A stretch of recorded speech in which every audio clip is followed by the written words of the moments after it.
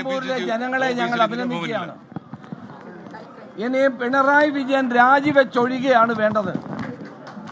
കഴിഞ്ഞ ഉപതെരഞ്ഞെടുപ്പുകളൊക്കെ ഞങ്ങളുടെ സീറ്റ് ഞങ്ങൾ നിലനിർത്തുമായിരുന്നുവെങ്കിൽ നിലമ്പൂരിലെ സീറ്റ് ഞങ്ങൾ തിരിച്ചു പിടിക്കുകയാണ് ചെയ്തത്.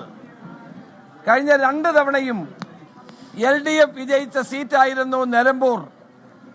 ആ നിലമ്പൂർ സീറ്റാണ് ആര്യാട് ഷൗക്കത്ത് UDFന് വേണ്ടി തിരിച്ചു പിടിച്ചിട്ടുള്ളത്.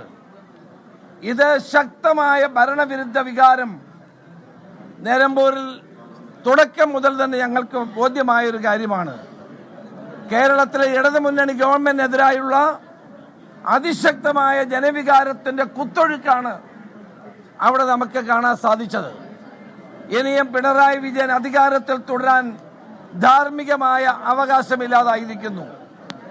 ഇടതുമുന്നണി ഗവൺമെന്റ് കേവലം ഒരു കാവൽ മന്ത്രിസഭയായി മാറിയിരിക്കുന്നു എന്നുള്ളതാണ് സത്യം. ജനങ്ങൾ ഈ ഗവൺമെന്റിനെ പരിപൂർണമായി തിരസ്കരിച്ചിരിക്കുകയാണ്.